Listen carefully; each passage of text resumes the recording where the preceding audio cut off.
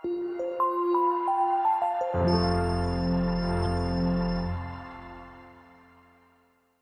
ating pong theme for this month is Bonded in Love.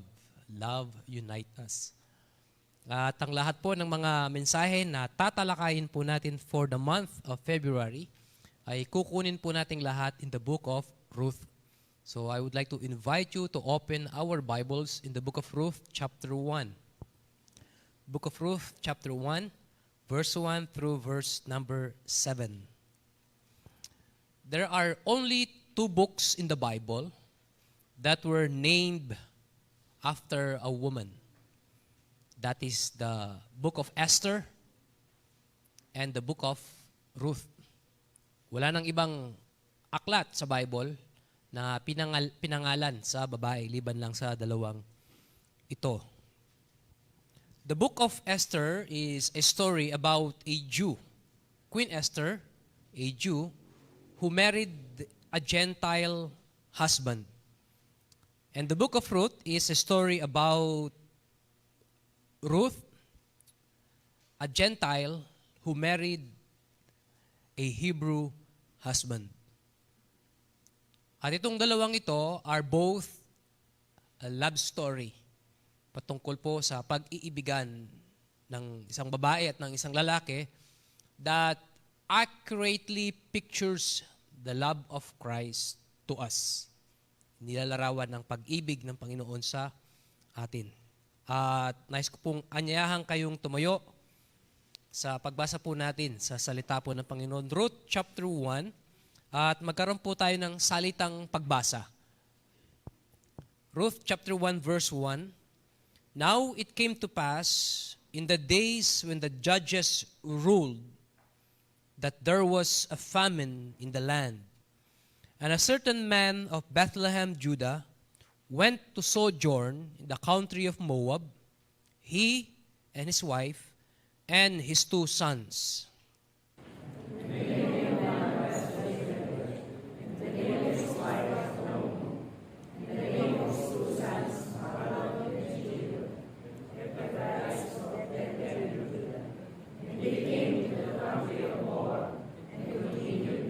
Verse 3, And Elimelech, Naomi's husband, died, and she was left, and her 2 sons.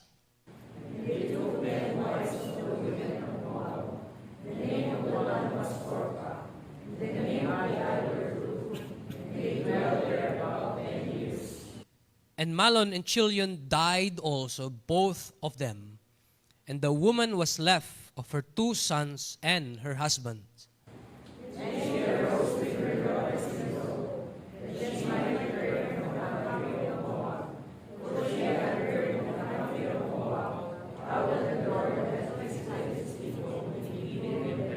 Sabay-sabay po tayo sa verse 7.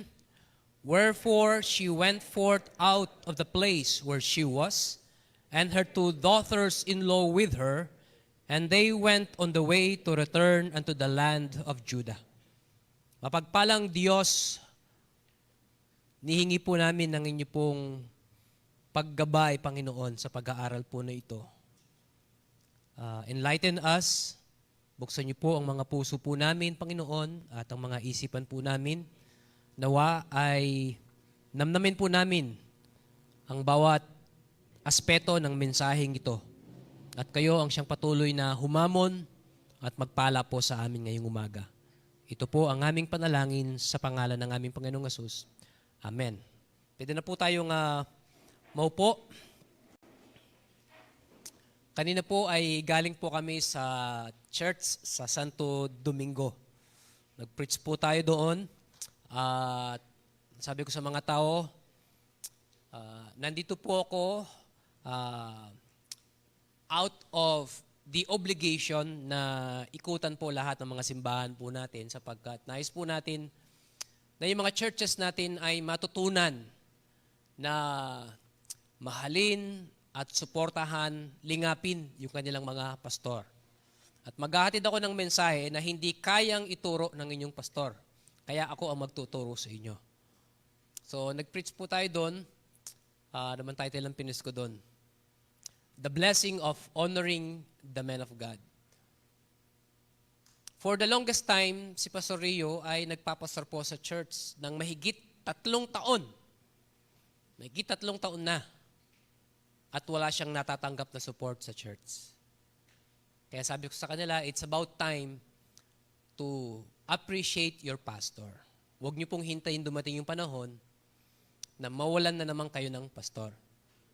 Yung pastor ninyo, napakabuti, napakahusay, huwag niyo siyang pakawalan, mahalin niyo siya, ipadama niyo ang pagsuporta niyo sa kanya. So hopefully ay naging blessing po yun sa kanila.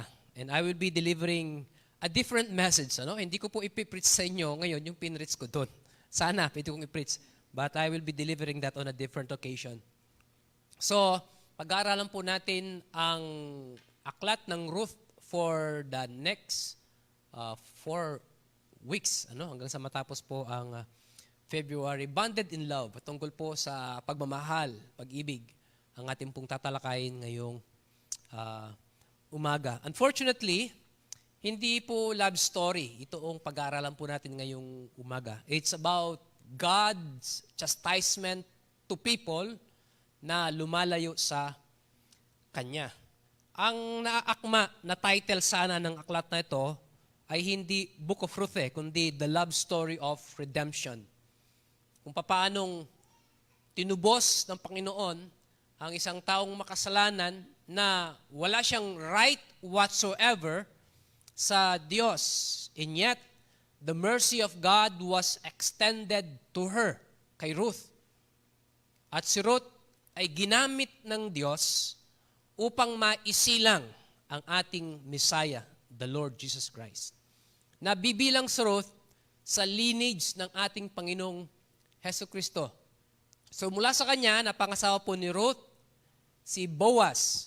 At kay Boaz, sa kanilang dalawa ni Ruth, nagsimula yung mga salinsaling lahi hanggang sa naipanak ang ating Panginoong Heso Kristo. What an honor kay Ruth.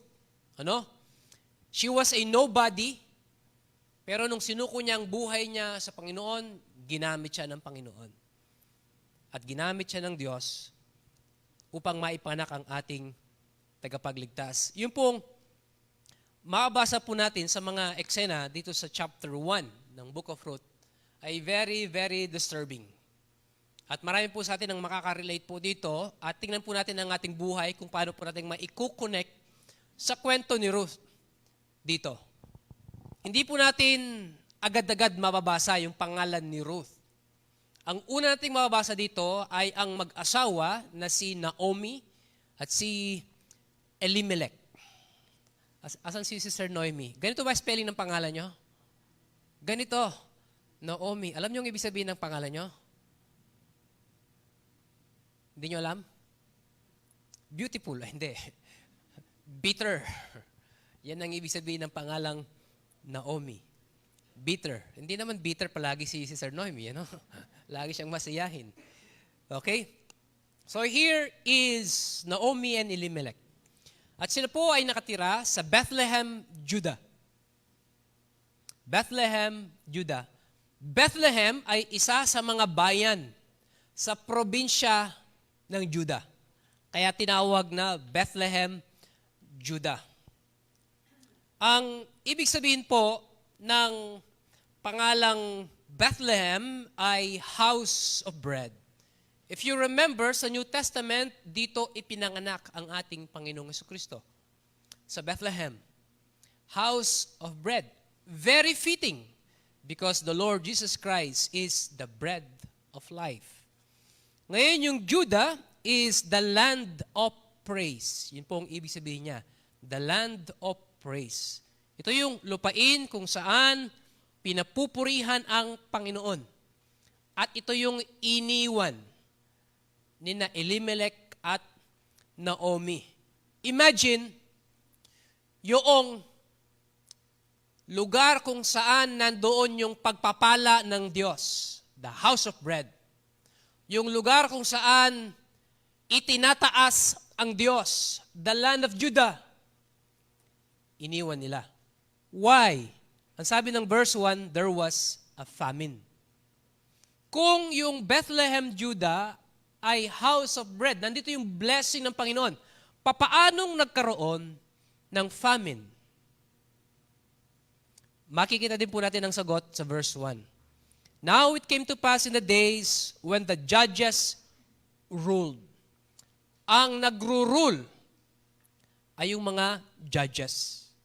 At hindi ang Panginoon. Yung mga judges ang nagro-rule. Yung mga Israel, hiningi nila sa Diyos na bigyan sila ng mga ruler na tao. Katulad ng ibang mga bansa na meron silang mga kings, mga rulers sila na tao. Gusto din nilang magkaroon sila ng mga ruler na tao at ang Diyos sa katigasan ng puso ng mga Israel, ibinigay niya yung inihingi nila. Binigyan niya ng mga ruler ang mga Hudyo at tinawag nila itong mga judges. Sila yung nagdi-deliver sa kanila kapag sila ay sinasakop ng ibang mga bansa. And because judges ruled at hindi ang Panginoon, nawalan ng righteousness sa lupain. Tandaan nyo, kapag ang Diyos tinanggal natin sa buhay natin, pati yung katuwiran, yung righteousness, nawawala din. And because of that, pinarusahan sila ng Panginoon. Nawala yung righteousness sa kanila. Ang sabi ng Bible, ginawa nila kung ano yung sa tingin nila ay tama. Judges chapter 21 verse 25, in those days, there was no king in Israel. Every man did that which was right in his own eyes. Walang hari, mga judges lang. At ang lahat ng mga tao, ginagawa nila kung ano yung sa paningin nila tama. Hindi ang Diyos ang basihan ng pagkakaalam nila ng tama at mali, mabuti at masama. Kung ano yung tingin nila tama, yun ang ginagawa nila. Nawala yung righteousness. Kahit ang Panginoon, sinastise niya yung mga Israel. Pinarusahan niya. Nagkaroon ng famine. And because of the famine, naging dahilan na to upang si Elimelech at Naomi ay umalis sa Bethlehem, Judah. Naghanap sila ng greener pasture. Hindi na natutugunan yung pangangailangan nila sa Bethlehem, Judah. Naghihirap na sila sa Bethlehem, Judah, so they left yung Bethlehem, Judah, kasama yung dalawa nilang anak na si Malon at si Chilion. Gusto kong pansinin po natin yung gradual na pag-alis po nila sa Bethlehem, Judah. Sa verse 1, mabasa natin yung salitang sojourn. Umalis sila sa Bethlehem, Judah at pumunta sila sa Moab. Ang purpose nila ay dadaan lang, to sojourn, dadalaw lang, bibisita lang, titingnan lang nila yung Moab. Anong klaseng lugar yung Moab? Yung Moab, kung mababasahin po natin sa Book of Hebrew, Nasaan na? Babasahin po natin sa Book of Psalms, Moab is the washpot of God. Washpot. Parang kumuha ka ng isang palangga ng tubig, pagkatapos yung basahan mo na ginamit na marumi na, binanlawan mo doon. Yun yung Moab. Washpot. It is a sinful place. At tinuring ito ng Diyos na washpot niya. Parang basurahan sa dumi. Ito yung klase ng lugar na pupuntahan ni Naomi at ni Elimelech. Ipagpapalit nila yung Bethlehem, Judah sa Moab. At ang sabi ng Bible, sojourn. Dadalaw lang. Bibisita lang. Ngayon, kung papansin niyo sa verse 2, hindi na sojourn. Ang sabi niya doon, continued there. And they came into the country of Moab and continued there. Yung una, titinan lang nila yung lugar. Bibisitahin lang nila. Sa verse number 2, sabi ng Bible, and they continued there. nagpatuloy silang nanirahan doon. Ibig sabihin, nagtagal sila. Gaano sila katagal na tumira sa Moab? Pansinin niyo sa verse number 4. And they dwelled there about 10 years. Nasaan na yung sinasabi nilang titingnan lang namin? Bibisita lang kami. Umabot ng 10 taon yung pagbisita nila. Church, remember this. Kapag inisip mong umalis sa Diyos, pag inisip mong susubukan ko lang na mag-absent ng isang Sunday, susubukan ko lang na mamasyal muna, susubukan ko lang na hindi muna ako magmi-ministeryo, hindi muna ako awit sa choir, hindi muna ako tutugtog. Gusto kong lumaya muna panandalian. Yun ang sabi ni Elimelech. Dadalaw lang kami. Then kalaunan, hindi lang sila dumalaw doon. Nanatili na sila doon. Hanggang umabot sila ng 10 taon. Hindi maminsan yung mag-absent ka ng isang Sunday, madali lang yan eh. Tapos susunod na Sunday, mag-a-attend naman uli ako, susunod na Sunday. Hindi mo na ako magkukwire ngayon, susunod na Sunday ako magkukwire. Hindi mo na ako tutugtog ngayon, susunod na Sunday ako tutugtog. Hindi mo na ako sasama sa visitation ngayon, susunod na week ako sasama sa visitation. Ngayon lang naman, yung minsan, nasundan ng isa pa. Then, sumunod pa. Hanggang kalaunan, nahihiya ka ng bumalik. Dahil yung minsan, naging maraming beses. Nakaka-relate ba tayo? Amen? O hindi kayo maka-amen. Kaya para hindi tayo humantong sa ganong sitwasyon, maging resolve tayo sa puso natin, sa isip natin, at sabihin natin, Lord, kahit anong mangyari, kahit magkaroon ng famine, magpapatuloy ako sa inyo. Hindi ako aalis, magtatapat ako sa inyo. Hindi naman dahil gustong parusahan ng Diyos ang mga Israel kung bakit nagpadala siya ng famine, God is only trying to teach them. Alam niyo po, meron pong binanggit ang Bible sa Deuteronomy nang sabi niya, and then the Lord's wrath be kindled against you, and He shut up heaven. Sinarado ng Panginoon ang langit that there be no rain, and that the land yield not her fruit, and lest ye perish quickly from of the good land which the Lord giveth you. Yung famine, ito po yung chastisement ng Panginoon sa kanila. Sinara ng Panginoon yung langit para hindi bumagsak ang ulan. Sinumpa ng Panginoon yung lupa para hindi mamunga yung mga itinatanim mo. Ibig sabihin, apektado lahat ng aspeto ng kabuhayan ng tao. At ramdam yun ng lahat ng mga tao. Ito po yung nakakalungkot. Yung kasalanan ng iilan lang, lahat nagsasuffer. Lahat naaapektuhan. Lahat nadadamay. Because God is trying to teach a national lesson. Gustong ipakita ng Diyos sa mga tao na ito yung mangyayari sa pangkalahatan kapag nagpatuloy tayo sa paglayo natin sa Panginoon. So lumayo sila sa Panginoon. Yung Bethlehem, Judah, iniwan nila. Yung Judah, iniwan nila. Wala na pong mas mainam na lugar sa buhay ng isang Kristiyano kundi sa kalooban ng Panginoon. Ano ba yung kalooban ng Diyos sa atin? Pinag-aralan na po natin dito yan. Meron tayong general will of God, meron tayong individual will of God, meron tayong specific will of God. Huwag nating iwan, huwag tayong lumabas dun sa kalooban ng Panginoon sa mga buhay natin. Dinala na tayo ng Diyos dito. Inayos ng Panginoon yung buhay natin. Tinama na ng Diyos yung mga mali sa buhay natin. Minsan dumarating tayo sa punto na parang hindi tayo nakukontento sa kasalukuyang kalagayan natin, nagnanasa tayo ng mas sigit pa sa kalagayan natin sa buhay. At ang nagiging bunga niyan, napapalayo tayo sa Panginoon. We wanted a greener pasture. So iniwan nila yung lugar kung saan nandun yung blessing ng Panginoon.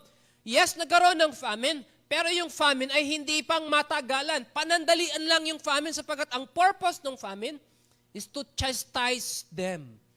Ibig sabihin po ng chastise, tinuturuan ng Diyos ang mga Israel.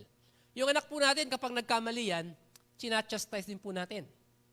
Binanggit din po yan sa book of Hebrew. Kung paanong pinapalo ng Panginoon yung mga anak niya na minamahal niya. Dalawang kategory po yun. Yung chastisement at saka yung scourge. Si Apostle Paul, ang tawag niya dito, nurture at saka admonition. Yung nurture, ito yung pagtatama ng mali. Tinuturuan mo. Ito yung mali, ito yung tama, huwag mo gagawin yan, ito yung gagawin mo. Yung admonition is discipline. Tinuro mo na yung mali, ginawa pa rin niya, doon na papasok yung discipline. Ang Panginoon, tinuturuan po niya tayo sa kanyang salita. Every now and then, may mga nakikita po tayo sa Bible na ito yung pinagbabawal ng Diyos, ito yung pinapagawa ng Panginoon. Alam niyo po, minsan maraming mga tao natatakot na maging Kristiyano sapagkat ayaw nila yung mga bawal-bawal. Bakit kasi ang daming bawal? Bawal ito, bawal yun, ganito, ganyan. Ang daming mga bawal, kaya ayaw kong maging Kristiyano. Alam niyo ba ang Panginoon, may mga bagay siya na pinagbabawal sa atin para sa ating protection din. Hindi dahil sa dinideprive tayo ng Diyos na maging masaya. Hindi dahil sa KJ ang Diyos sa buhay natin. God is only protecting us for further harm. Kaya may mga pinagbabawal po siya sa atin. Ganon din naman tayo sa mga anak natin, di ba? Minsan, hinihigpitan natin sila. May mga binabawal tayo sa kanila sapagkat ayaw nating mapahamak sila. Ayaw nating mapareura yung buhay nila. It is for their own good.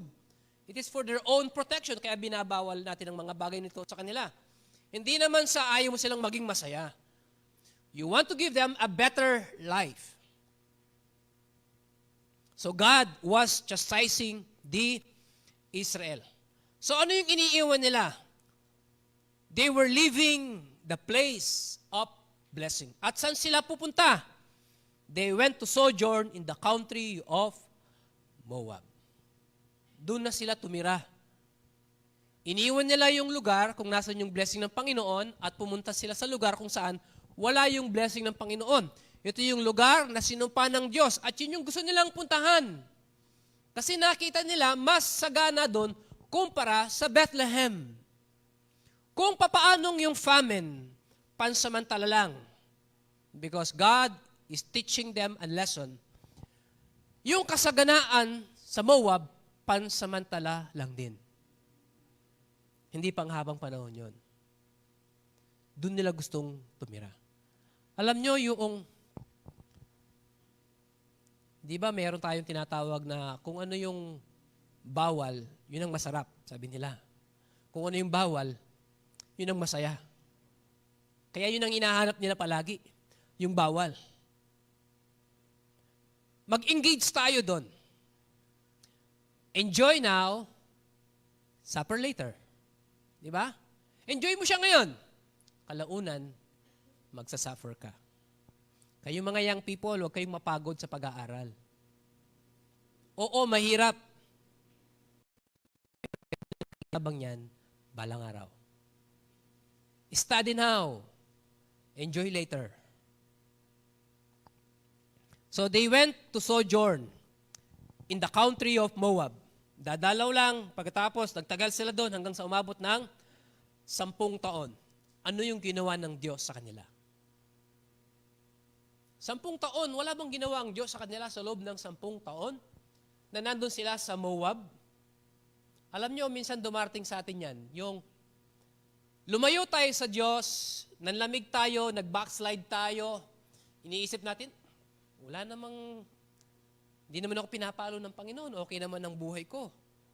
Nung nagtatapat ako sa Panginoon at ngayong wala ako sa Diyos, wala namang pinagkaiba, okay naman ang buhay ko. So parang okay lang na ganyan-ganyan ako sa church.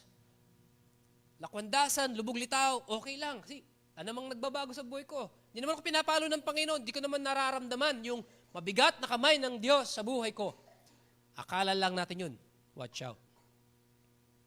Hindi aware si Elimelech at si Naomi, pinapalo na sila ng Panginoon. Bago pa man sila umalis sa Judah, nandun na yung mabigat na kamay ng Diyos sa kanila. Ano yung nangyari sa kanila sa Judah? Nagkaroon po sila ng anak na dalawa, lalaki. Si Malon at si Chilion. Ang ibig sabihin po ng pangalang Malon, sickly or unhealthy. Doon pa lang, may pagpalo na ang Diyos sa kanila. Tapos, nagkaroon sila ng pangalawang anak na lalaki, Chilion, na ang ibig sabihin, puny, payat, or maliit. Alam nyo yung paglayo ni Elimelech at ni Naomi sa Panginoon ay hindi nangyari nung umalis sila sa Bethlehem at pumunta sila sa Moab. Habang nasa Bethlehem, Judah sila, yung puso nila sa Panginoon nanlalamig na. Yung paglayo sa Diyos, tandaan nyo to, nagsisimula sa puso. Hindi yung tuluyang aalis ka na ng church. In fact, habang nasa church ka, pwede kang manlamig sa Panginoon. Pwede kang lumayo sa Panginoon at nangyayari yun sa puso natin. Minsan yung pagpunta natin sa church, yung pag-awit natin dito, pakitang tao na lang. Pero yung puso natin nakikita ng Diyos. Physically, present tayo, pero yung puso natin, wala dito.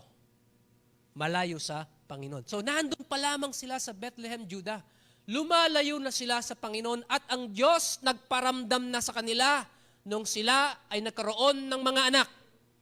Yung pagbibigay ng pangalan sa mga anak ay kumakatawan sa karakteristik nung anak nila.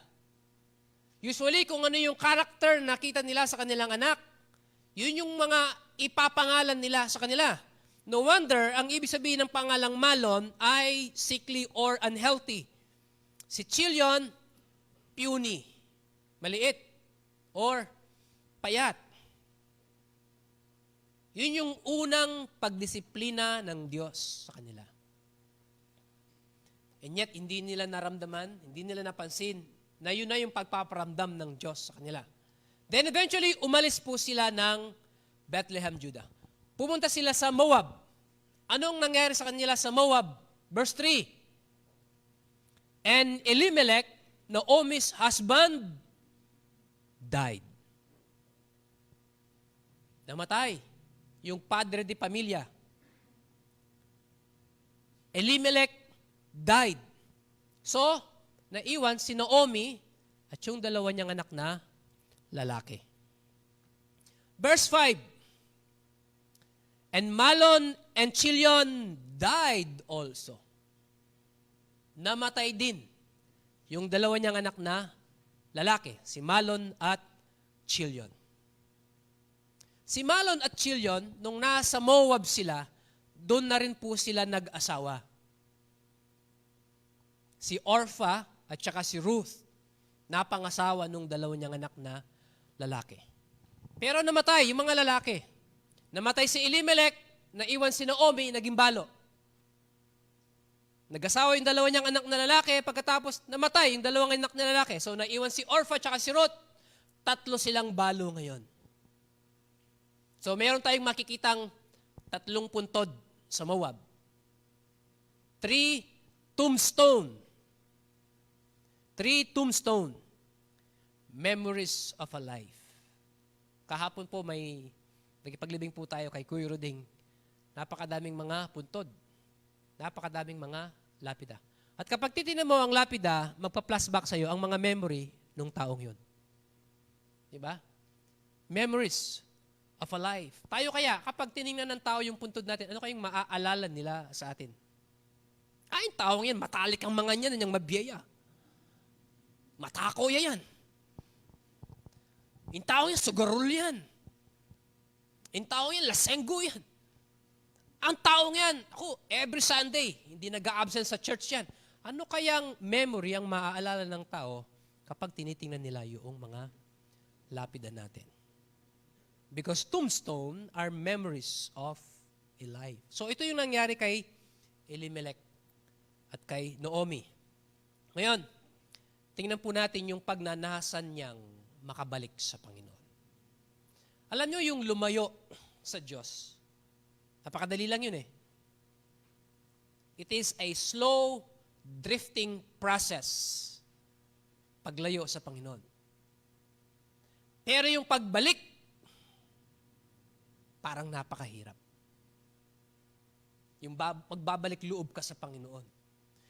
Nandun na yung embarrassment, nandun na yung mahihiya ka, nandun na yung wala ka ng mukhang ihaharap, hindi mo alam kung paano kang magsisimula, saan ka magsisimula, ano yung dapat mong gawin. Inilagay mo ang sarili mo sa isang posisyon na kung saan hindi mo alam ang gagawin mo. At pagkatapos, tatanungin natin ng Panginoon, Lord, bakit? In the first place, ikaw ang naglagay sa sarili mo sa lugar na yan. Ikaw ang lumayo sa Panginoon. Then, babalik tayo sa Panginoon. Anong ginawa ni Ruth? So, ang sabi ni Ruth sa dalawa niyang anak na manugang, si Orpah at saka si Ruth, bumalik na kayo sa mga magulang nyo. Wala na akong asawa, di na ako magkakaanak. Kung magkakaroon man ako ng asawa ngayon at magkakaanak kami, hihintayin nyo yung anak naming lumaki para mapangasawa nyo, di na mangyayari yun. Go back to your father and mothers. And I will return to mine own people. Babalik ako. So, nagkaroon siya ng desire na bumalik. Anong sabi ng verse number 6? Then she arose with her daughters-in-law that she might return, pansinin niyo to that she might return from the country of Moab. From the country of Moab. Bago ka babalik sa Diyos, kailangan meron ka munang tatalikdan. Meron ka munang tatalikuran. At this point of time, si Naomi, handa na siyang talikuran yung buhay niya sa Moab. Handa na niyang iwan yung Moab. Meron ng repentance sa puso niya na bakit kasi umalis pa ako sa Bethlehem, Judah? Bakit kasi tinalikuran ko pa yung dati kong buhay sa Panginoon? So, handa na niyang iwan ngayon yung Moab. Hindi lamang siya basta-basta babalik sa Jerusalem or sa Bethlehem, kailangan talikuran muna niya yung kasalukuyang buhay niya. Alam niyo, minsan may mga bagay na nangyayari sa buhay natin na hindi natin maintindihan. To the point na pati ang Diyos sinisisi na natin. Si Apostle Paul ay nagkaroon po siya ng struggle din sa sarili niyang buhay. Ang sabi niya sa 2 Corinthians 12:7-10, And lest I should be exalted above measure through the abundance of the revelations, there was given to me a thorn in the flesh. Meron siyang thorn in the flesh. May problema siya sa kanyang kalusugan. May problema siya sa kanyang pangangatawan. Then the messenger of Satan to buffet me lest I should be exalted above measure. Verse 8, For this thing I besought the Lord thrice. 3 beses hiningi ko sa Panginoon, sabi niya, that it might depart from me. Tanggalin ito ng Diyos sa akin. Kung yun man ay karamdaman, 3 beses niyang hiningi sa Diyos na pagalingin siya. Kung yun man ay kapintasan, 3 beses niyang hiningi sa Panginoon na tanggalin niya ang mga yun. Sinasabi niyang, Lord, mas mapaglilingkuran ko kayo ng mabuti, ng mainam, kung tatanggalin niyo ang mga ito. Pero hindi tinanggal ng Diyos. Anong sabi ng Panginoon sa kanya? And He said unto me, My grace is sufficient for thee. My grace is sufficient for thee. For my strength is made perfect in weakness. Most gladly, therefore, will I rather glory in my infirmities. Kaya ang sabi ni Apostol Pablo, kung yan, Panginoon, ang layunin mo, para maranasan ko yung kasaganaan ng inyong biyaya sa aking mga infirmities, then let it be that the power of Christ may rest upon me. Ang sabi ni Apostle Paul sa verse 10, therefore, I take pleasure in infirmities, in reproaches, in necessities, in persecutions, in distresses, for Christ's sake, para sa Panginoon. For when I am weak, there am I strong. Alam nyo, mas naipapamalas ng Diyos yung kanyang kadakilaan, yung kanyang kapangyarihan at kasaganaan ng kanyang biyaya kapag may pinagdadaanan tayo sa buhay natin. Huwag nating hilingin na tanggalin yan ng Diyos. Bagkos, hilingin natin na mag-manifest yung kapangyarihan ng Panginoon sa mga bigat sa buhay natin. Sadyang pinahintulot yan ng Panginoon para maranasan mo yung kasaganaan ng kanyang biyaya. Alam nyo, minsan na iinggit ako sa mga taong merong mabigat na pinagdadaanan sa buhay. Buti pa sila. Naintindihan nila yung biyaya ng Panginoon. Buti pa sila, nararanasan nila yung biyaya ng Panginoon. Pero iba-iba ang dealing ng Panginoon sa bawat isa po sa atin. Kapag ang isang Kristiyano, gusto niyang itama ang sarili niya sa Panginoon, there must be repentance first. Kailangan meron munang pagsisisi, pagtalikod sa kasalukuyang buhay niya upang siya'y makabalik sa Panginoon. Verse 7. Ito sabi niya, wherefore she went forth out of the place where she was.